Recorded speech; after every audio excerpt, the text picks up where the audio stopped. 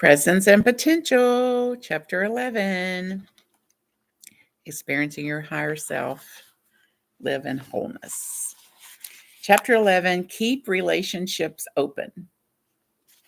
Keeping our relationships with other people open starts, for example, with avoiding gossiping. That'll finish a few of us off here if we actually stopped gossiping. Just think about what it would do for our own lives, our own vitality, our own energy, if we did this one simple thing: stop gossiping. Stopping gossiping may seem counterintuitive because we have taught people to gossip with us. For example, we'll say, "Come, let's talk about him. Let's rake him over the coals. Let's make him our enemy or her." We put so much focus on him, them, her, whoever that is, and what they're doing that we ever seldom pause to look to see, what am I thinking? What am I about? What's going on with me? What can I actually do something about here? Shifting our focus from the external, which is them and what they're doing, we can shift back to the internal. What am I doing? How am I in relationship to this? How am I in response to this? What can we talk about besides somebody else? How can I teach this new way if I'm going to relate to you by only talking about each other, talking about somebody else? For me, making this shift means I keep more relationships with you open. My relationships are more open when I can do this. It means I avoid what is secretive. I avoid what is collusive, what is gossipy, and what is not mine to be talking about in the first place.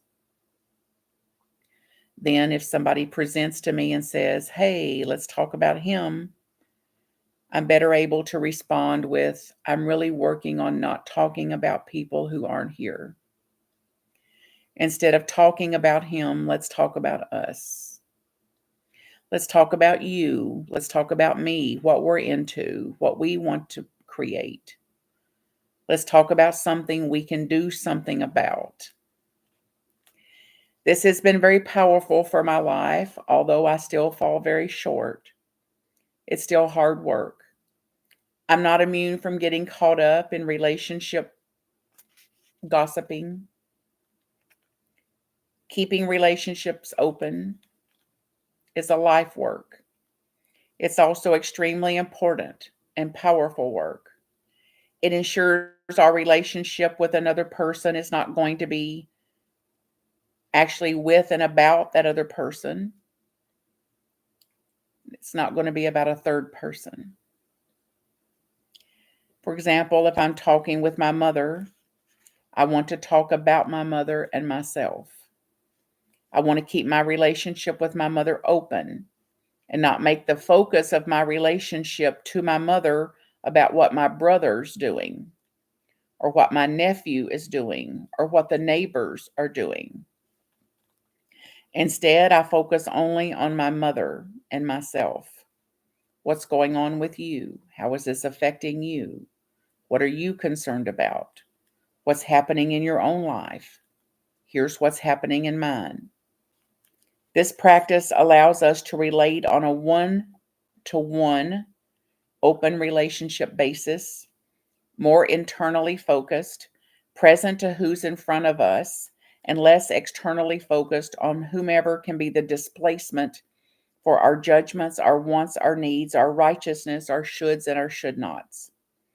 We begin forming open one-to-one relationships, avoiding secrets, that is, which is collusive, and we can bring whatever is externally focused into focus on any current moment. Relationships are central to my way of being. They're essential to my life. I put the highest priority on relationships. I have as high priority on relationships in my life as any other thing in my life. This is professional, personal, familial, and otherwise. Keeping relationships open includes speaking directly to somebody, going directly to the source instead of talking about them, to talk with them instead. This is one of the most important practices I have cultivated throughout my life. I work at it all the time, even when it's hard, difficult, uncomfortable. If I find I have a hard feeling, it's important to me to be authentic about that in my conversations. It's the difference between speaking with someone versus speaking to someone, speaking with someone versus speaking to someone, or speaking about someone. It's the opposite of venting, blaming, shaming, and gossiping. What does this look like for me?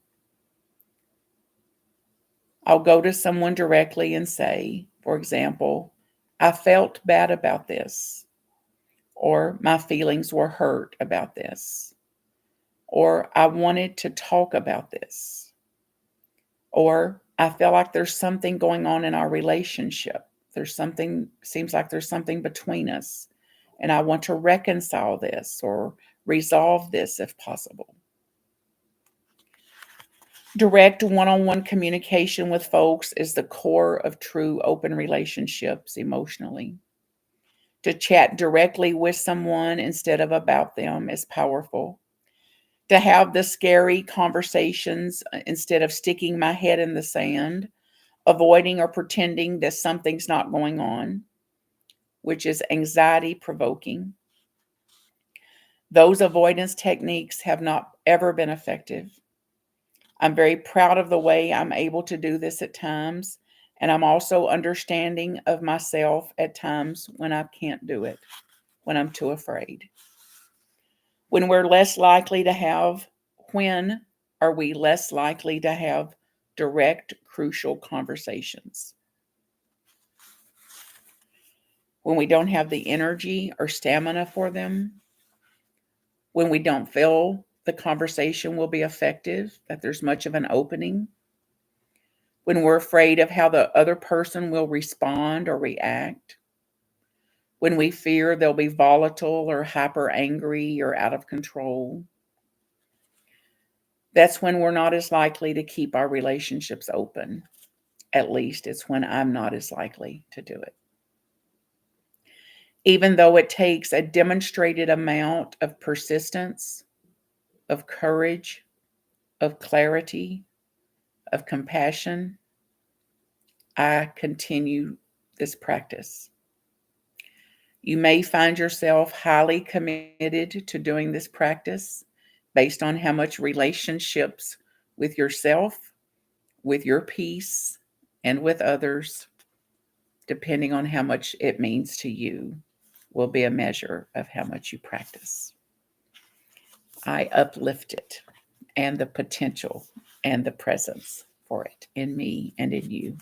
Blessings, dear souls.